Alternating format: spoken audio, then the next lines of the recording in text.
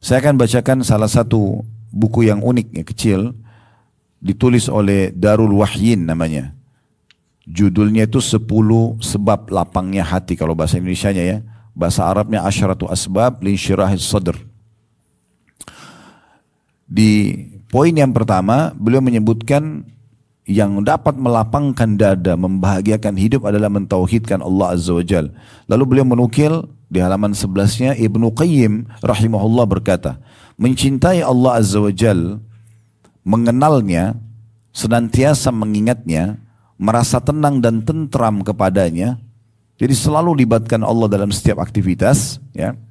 Berusaha terus mempelajari ilmu tauhid ini lebih dalam, mengenal dalil-dalil, merenungi ayat-ayat, mendengarkan dan penyampaian Nabi SAW, bagaimana realisasi para salafus saleh dulu dalam kehidupan mereka dalam bertauhid, ya, mencintai Allah Azza wa Jal, mengenalnya, senantiasa mengingatnya, merasa tenang dan tentram kepadanya, serta mengesahkan dengan cinta, takut, harap, tawakal, menyerahkan urusan dan muamalah, berinteraksi dalam keseharian, di mana dialah Allah satu-satunya yang berwenang menghilangkan kesusahan hamba dan mewujudkan keinginannya, ya, adalah surga dunia.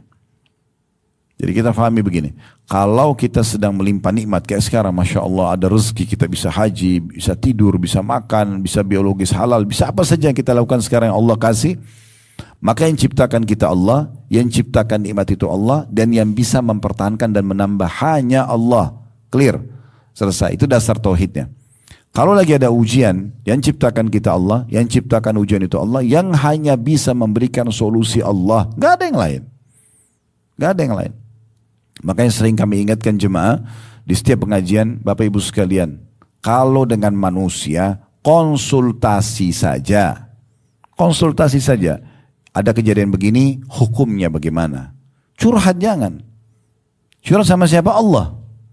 Dikatakan dalam riwayat-riwayat yang sahih, Nabi SAW kalau punya perkara apapun, maka beliau segera wudhu, berdiri sholat dan menuangkan kepada Tuhannya. Langsung kepada Allah SWT. Nanti Allah akan datangkan sebab-sebab solusi. Sebagaimana tadi kita sudah kisahkan, orang soleh yang Allah datangkan raja kepadanya.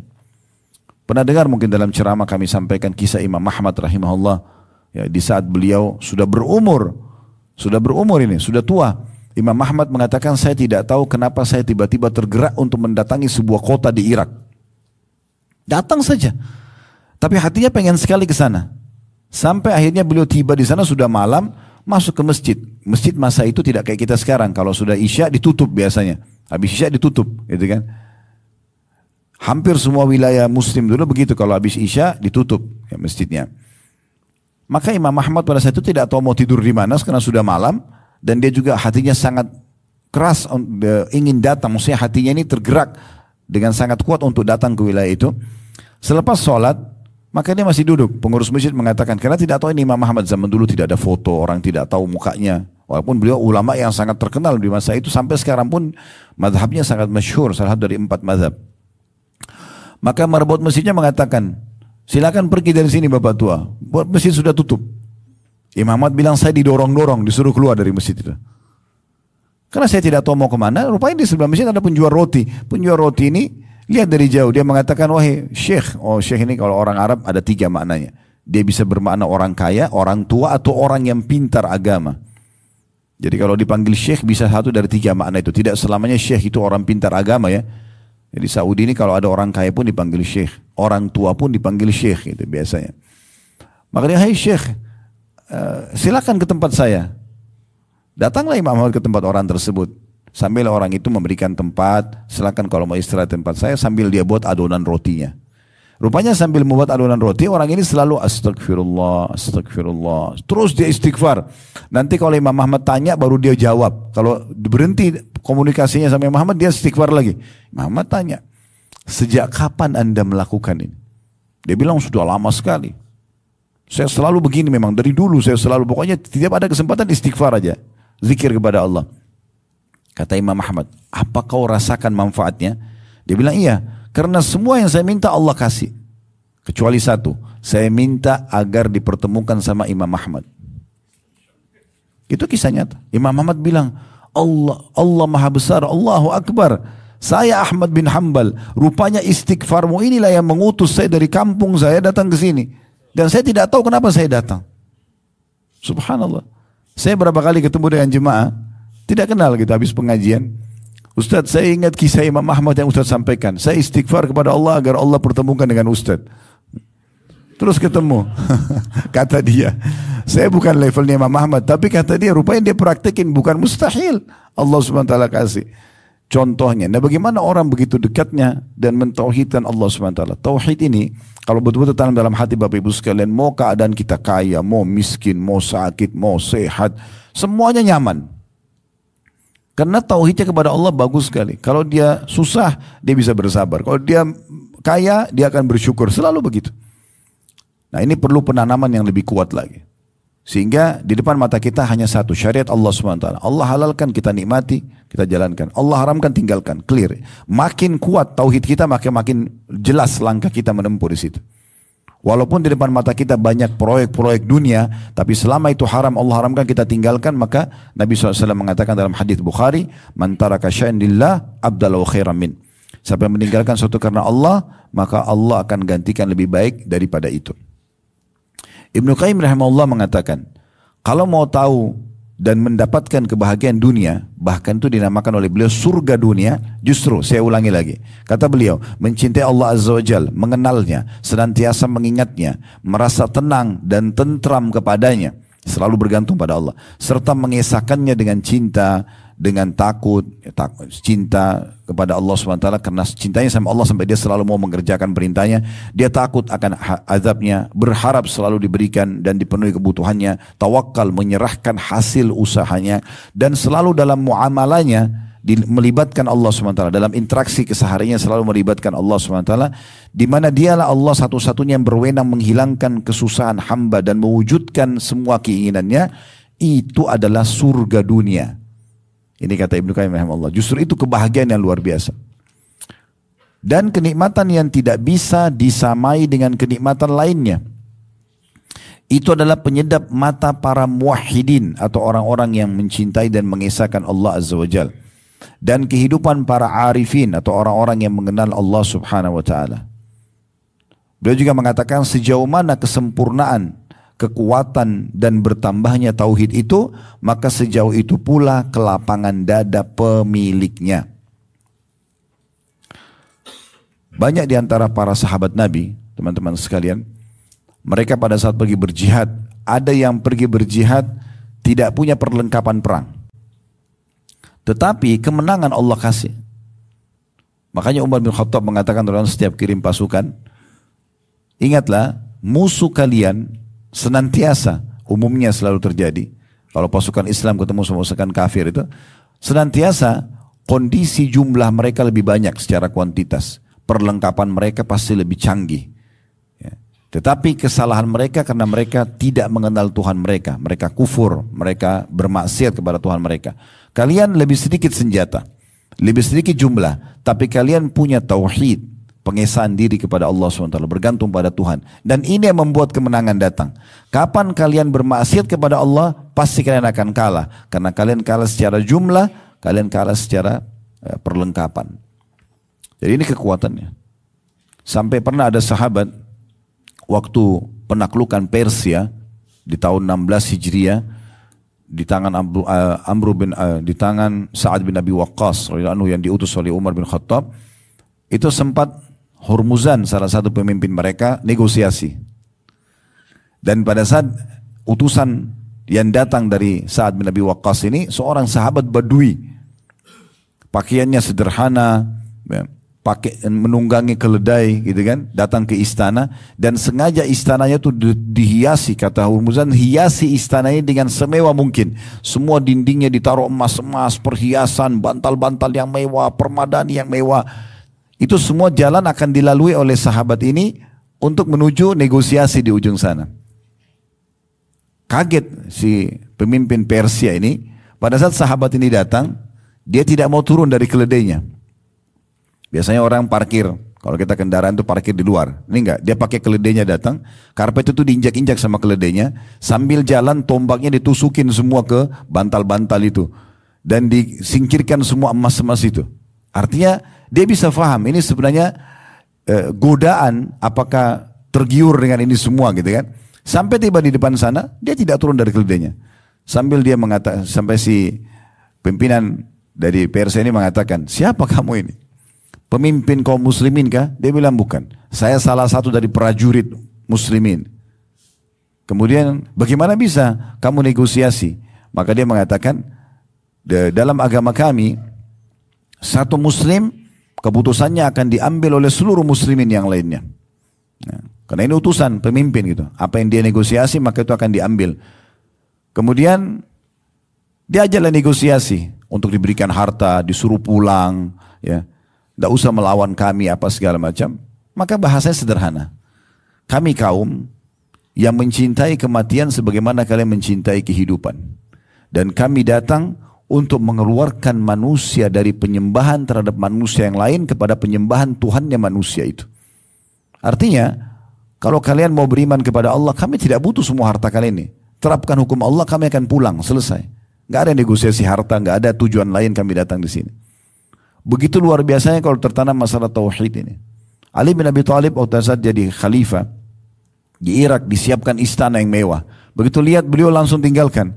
Lalu beliau mengatakan, sungguh istana ini akan membawa saya kepada kelalaian. Lalu beliau tinggal di rumah biasa, karena dengan tauhidnya yang sangat kuat, yakin ini adalah amanah yang akan dijalankan dan seterusnya. Bukan menunggangi justru memperkaya harta, tidak, berdiri. Tapi dia malah ya khawatir kan yang sampai Allah SWT hisab. Dan terus seterusnya seperti ini.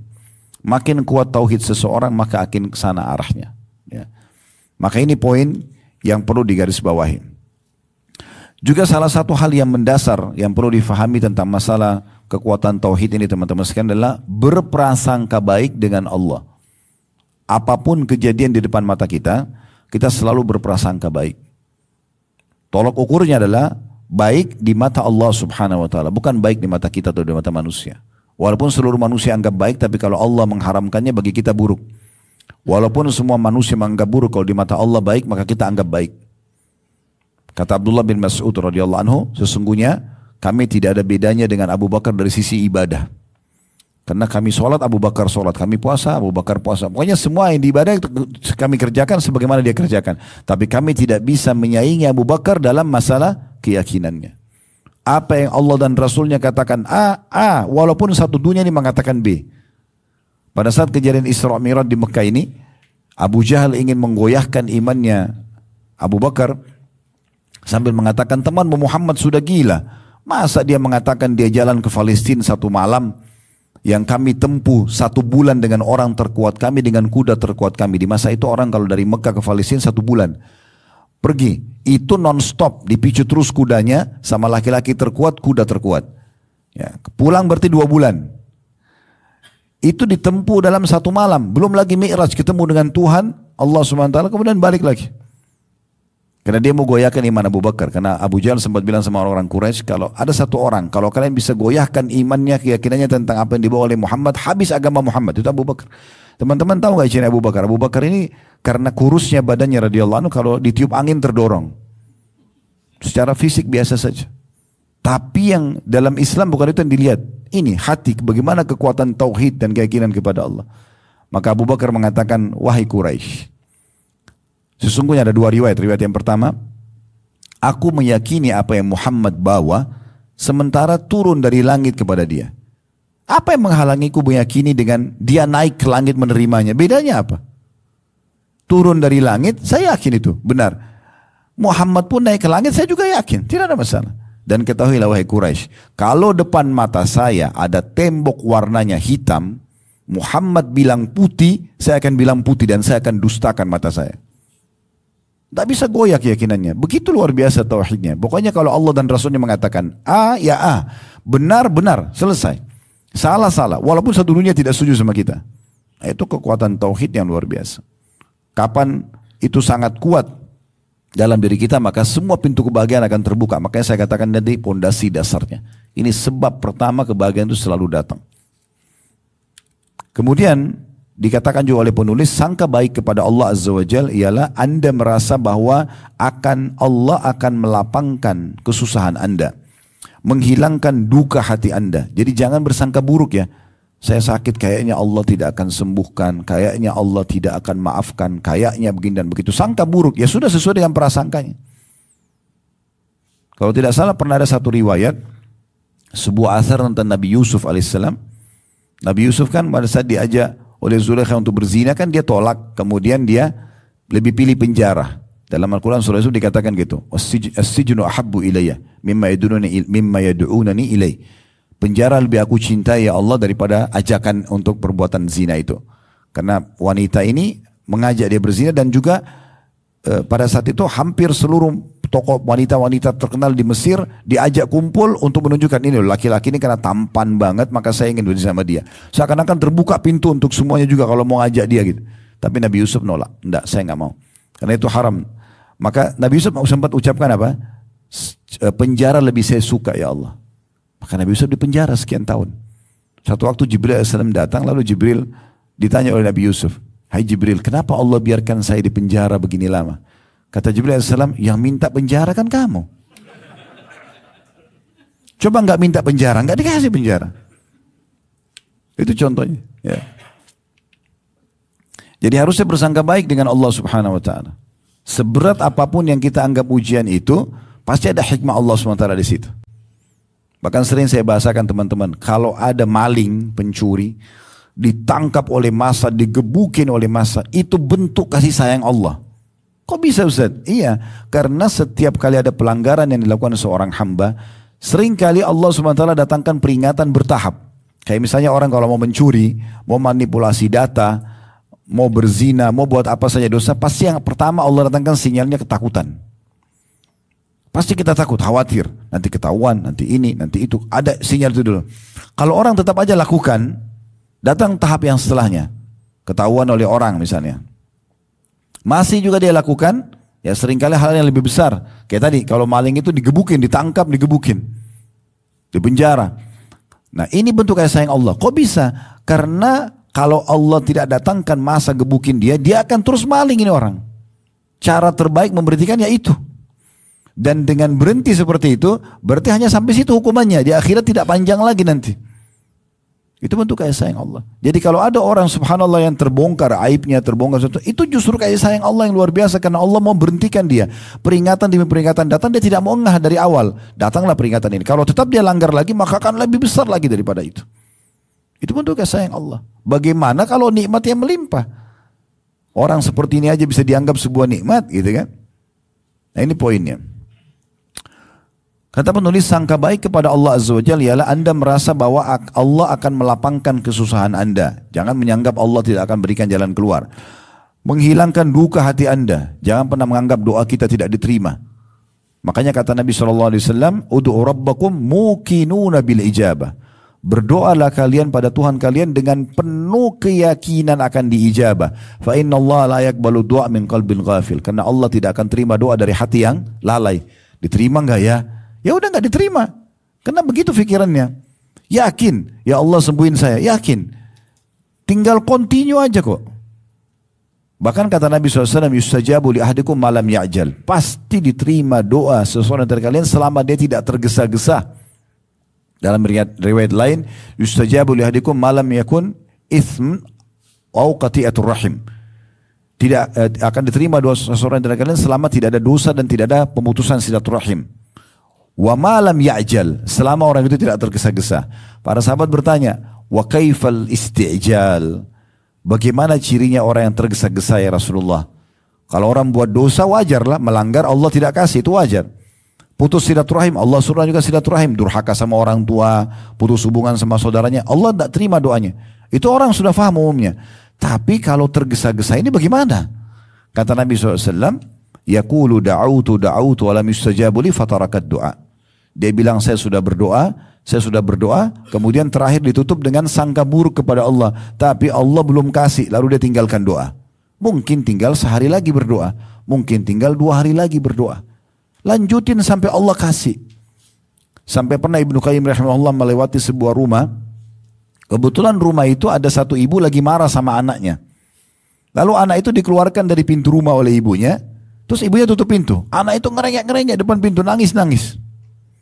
Ibnu Qayyim tunggu sampai anak itu tertidur, ya, karena capek gitu, nangis, orang ibunya tetap tidak bukain pintu, begitu tidur ibunya nggak tega dibukain pintu, digendong masuk ke dalam. Kata Ibnu Qayyim rahimahullah, subhanallah, maha suci Allah. Andai saja seorang hamba seperti anak itu kepada ibunya, pasti Allah akan kasih.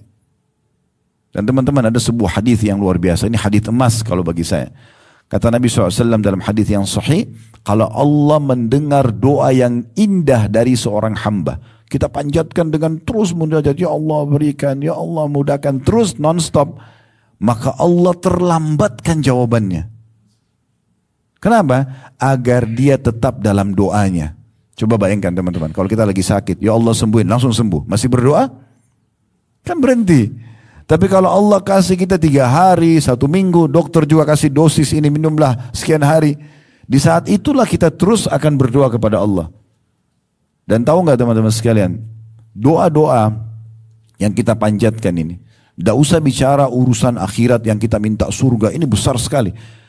Kalau hal-hal kecil saja, misal contoh, ya Allah berikanlah hambamu tubuh yang sehat misalnya. Kan itu untuk kebutuhan dunia kita kan. Mungkin Allah kasih kita tubuh, berikanlah tubuh yang indah misalnya, rambut yang indah. Misal contoh kita minta hal-hal yang kita butuhin di dunia. Tetap ini ada nilai pahala di sisi Allah Subhanahu Wa Taala. Tetap ada nilai pahalanya. Apalagi kalau kita minta hal-hal yang besar, mudahkan, tambahkan keimanan, mudahkan hambamu beribadah, masukkan ke dalam surga. Oh ini luar biasa udah. Hal-hal yang duniawi aja, gitu kan. Ya Allah saya mau beli baju itu mudahkan buat saya. Tetap ini, walaupun urusan dunia cuma beli baju, ada nilai pahala doa itu yang akan kita panen pada hari kiamat. Bahkan dalam sebuah riwayat yang sahih yang luar biasa, kata Nabi SAW, akan datang hamba-hamba Allah pada hari kiamat, nanti diberikan pahala bergunung-gunung, banyak sekali. Dan dia tidak tahu dari mana. Sampai dia bertanya kepada para malaikat, dari mana ini? Mereka sendiri bingung, si yang dapat ini pahala, bingung dari mana pahala ini? Kayak tidak teringat pernah buat ibadah seperti ini pahalanya. Kata para malaikat, ini adalah doa-doa kalian yang belum kalian lihat jawabannya di dunia. Diberikan dalam bentuk pahala yang bergunung-gunung hari kiamat. Kata Nabi SAW apa dalam penutupan hadis, maka pada saat itu semua hamba-hamba yang dikasih pahala bergunung-gunung ini berharap agar semua doanya di dunia tidak dikasih di dunia, agar terima di akhirat. Gak ada yang sia-sia. Kata Nabi SAW dalam hadis, tidak ada seorang muslim yang berdoa di muka bumi ini kecuali akan diberikan hanya melalui salah satu dari 3 tahapan. Bisa diberikan langsung pada saat itu, ya Allah sembuhkan, ya Allah mudahkan, Allah kasih. Atau dihilangkan musibah yang akan menimpa dia. Berapa banyak bahaya yang akan menimpa kita, kita terselamatkan karena sering baca Rabbana atina fid dunya hasanah. Karena sering minta agar diberikan kebahagiaan di dunia. Tidak dikasih. Mungkin kita minta satu proyek Allah belum kasih, tapi ternyata Allah selamatkan kita dari satu mara bahaya dengan itu. Atau ini kata Nabi SAW, disimpankan untuk yang dia panen dalam bentuk pahala pada hari kiamat nanti. Gak ada yang sia-sia. Jadi makin kental masalah tauhid ini makin baik. Saya ulangi kembali, sangka baik kepada Allah Azza wa Jalla ialah Anda merasa bahwa Allah akan melapangkan kesusahan Anda, menghilangkan duka hati Anda. Selagi hamba bersangka baik kepada Rabb-Nya, maka Allah Azza wa Jal membukakan berbagai keberkahan untuknya dari arah yang tidak disangkanya. Karena itu, wahai hamba Allah, hendaklah Anda bersangka baik kepada Rabb Anda. Niscaya ya, Anda akan melihat dari Allah sesuatu yang menggembirakan. Disebutkan di dalam hadis Abu Hurairah radhiyallahu anhu, dalam hadis riwayat Ahmad dan Ibnu Hibban dan disahihkan oleh Ibnu Hibban, Rasulullah SAW bersabda, qala Allah Ta'ala, Allah yang maha tinggi dan maha mulia berfirman, ana inda dhanni abdi bi, aku akan selalu sesuai dengan prasangka hambaku kepadaku. In dhanna bi khairan falahu, kalau dia bersangka baik kepadaku, maka ia akan mendapatkan kebaikan itu. Allah akan sembuhkan, Allah akan kasih. Selama belum datang, mohon aja terus, merengek aja terus, minta. Makin merengek, maka makin dekat dengan ijabah. Makin putus asa, kayaknya nggak diterima nggak sih, ragu. Ya udah seperti dengan niatnya, sesuai dengan prasangkanya. Jadi kuatkan keyakinan kita kepada Allah Subhanahu Wa Taala. Jika dia sangka baik, maka akan dapat kebaikan itu. Ya. Wa in dhanna syarran falahu. Dan kalau dia bersangka buruk, maka ia akan mendapatkan keburukan itu. Kayaknya saya tidak akan sembuh. Ya sudah, tidak sembuh. kayaknya saya tidak akan menikah, kayaknya saya tidak akan punya keturunan, kayaknya saya tidak akan begini. Sangka buruk dengan Allah. Tapi kalau sangka baik tidak ada yang mustahil. Ini pernah saya sampaikan teman-teman sekalian, kalau Anda mau baca bisa baca dalam surah Maryam itu ya. Surah nomor 19 ingat saya. Itu di awal-awalnya, di ayat-ayat awalnya, belasan ayat pertama kisah tentang Nabi Zakaria alaihissalam. Nabi Zakaria ini menikah dengan istrinya masih muda. Di bawah 30 tahun, istrinya juga masih muda. Tapi subhanallah, Allah uji istrinya mandul. Istrinya mandul. Maka Allah ceritakan dalam Al-Quran surah Maryam dan juga disebutkan dalam surah Al-Imran tentang masalah itu. Ya. Ini pernah kami bahas di dalam satu tema judulnya dahsyatnya doa. Kalau teman-teman cari di playlist YouTube nanti akan lihat ada dahsyatnya doa, itu panjang lebar saya jelaskan kisah ini tentang kisah Nabi Yunus alaihissalam, kisah Nabi Ayub alaihissalam cukup banyak. Tapi saya angkat sekarang kisah Nabi Zakaria alaihissalam. Nabi Zakaria ini menikah dan istrinya mandul. Subhanallah, selalu minta keturunan sama Allah. Tapi dia minta keturunan kepada Allah dari istrinya yang mandul ini. Terus dia bilang, Allah berikan anak. Umur 30 tahun mohon. Sampai 10 tahun, umur 40 tahun belum dikasih. Umur 50 tahun belum dikasih. Umur 60 tahun belum dikasih. Bapak Ibu tahu kapan Nabi Zakaria dapat anak? Itu umurnya 100 tahun. Istrinya yang mandul tadi, yang masih 20 tahun waktu nikah, gak bisa punya anak. Itu hamil di umur 90 tahun. Coba baca tafsir surah Maryam di ayat-ayat pertamanya itu. Sampai Allah gambarkan di situ, waktu Nabi Zakaria diijabah doanya sama Allah, dikasih anak, agar menjadi tanda-tanda kebesaran Allah kepada manusia. Karena tidak ada yang mustahil, walaupun mustahil di mata manusia. Di mata Allah tidak ada yang mustahil. Maka Nabi Zakaria lagi di mihrabnya umur 100 tahun. Semua rambutnya sudah putih, jenggotnya semua sudah putih. Malaikat datang menyampaikan berita gembira kepadamu hai Zakaria, sesungguhnya Allah akan memberikan engkau anak. Anak itu bukan cuman anak, Allah akan kasih engkau anak laki-laki, dan Allah sudah langsung berikan namanya Yahya. Plus lagi Allah akan angkat dia menjadi nabi dan termasuk orang-orang saleh. Itu ada gabungan, ini penjelasan gabungan dari surah Al-Imran dengan surah Maryam ya. Yang jelas pada saat itu pertanyaan Nabi Zakaria pada malaikat Jibril pada saat itu ya. Bagaimana aku bisa punya anak? Sementara kendala pertama, istriku mandul. Dan aku juga sudah sangat tua. Maka kata para malaikat, tidak ada yang mustahil bagi Tuhanmu. Sesungguhnya engkau pun hai Zakaria telah diciptakan sama Allah dari sesuatu yang tidak ada. Tidak ada yang mustahil. Maka karena gembiranya dia mengatakan, ya Allah berikan aku tanda-tanda kalau istriku hamil. Ya, bukan hanya sekedar nanti ngidam, kita biasa ngidam mungkinnya atau perutnya besar baru kita tahu istri hamil. Ini enggak, sebelumnya Allah begitu sudah ada ya benih, ada bibit manusia di rahimnya, berikan aku tanda-tanda. Maka Allah mengatakan tanda-tandanya adalah pada saat istrimu hamil, maka engkau tidak bisa berbicara, suaranya enggak keluar kecuali untuk berzikir saja. Jadi kalau ngomong yang lain enggak bisa. Maka Nabi Zakaria dengan penuh keyakinan keluar kepada kaumnya mengatakan, hai kaum, sesungguhnya banyaklah berzikir kepada Allah SWT. Dia ceritakan tentang kejadian tersebut. Kalau suara saya tidak keluar berarti sudah tanda-tanda istri saya lagi hamil, maka saya tidak bisa berbicara dengan kalian. Tapi kalau beliau berzikir, subhanallah, alhamdulillah, keluar suaranya, maka hamil istrinya, punya anak. Nabi Ibrahim AS berapa tahun menikah dengan Sarah, sampai umur di atas 60 tahun, tidak punya anak. Sarah hamil, mandul, sudah tua. Jangan digambarkan juga Sarah pun sampai memukul kedua pipinya sambil mengatakan untuk malaikat menyampaikan berita gembira dia akan hamil. Bukan cuma itu, hamil dikasih nama anaknya Ishak, dan dikasih berita gembira Ishak juga akan lahir namanya Yakub. Dua-dua diangkat Nabi. Sarah melihat anaknya lahir dan melihat cucunya lahir. Terus sudah sangat tua. Allah jadikan sebagai tanda-tanda kebesaran Allah SWT. Nah, ini kita melihat kisah para nabi-nabi, lihat kisah orang-orang soleh, ini makin menguatkan keyakinan kita kepada Allah SWT. Intinya teman-teman sekalian, semua fasilitas ini akan datang selama kita sangat yakin dan mentauhidkan Allah Subhanahu wa Ta'ala. Dan tentunya juga akan hilang dari kita, tergantung daripada bagaimana kita merusak tauhid kita dan melemahkan tauhid tersebut. Ya, makin orang bergantung dengan Allah, maka makin Allah hadir dalam hidupnya, dan makin manusia bergantung pada makhluk, maka Allah akan biarkan dia bergantung pada makhluk. Dalam sebuah hadis qudsi Allah SWT berfirman begitu. Siapa yang menggantungkan nasibnya, urusannya kepada aku akan jadi pemenuh. Dan siapa yang menggantungkan nasibnya pada selain aku, maka aku akan biarkan dia dengan sekutu-sekutuku itu. Silakan, tapi tidak akan dapat apa-apa.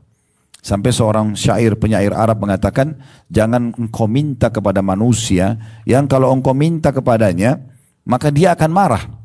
Kita kalau minta sekali, minta tolong, mau. 2 kali, 2 mau. 10 kali, dia akan marah. Tapi mintalah kepada Allah, zat yang kalau kau tidak minta justru dia marah. Orang kalau tidak berdoa Allah marah. Dalam sebuah riwayat Tirmidzi kata Nabi SAW, "Man lam yad'u Allah yaghdab alaih." Siapa yang tidak berdoa sama Allah, tidak munajat sama Allah, tidak berkeluh kesah, tidak curhat, tidak manja dengan Allah, maka Allah marah padanya. Allah justru meminta kita agar memohon kepadanya.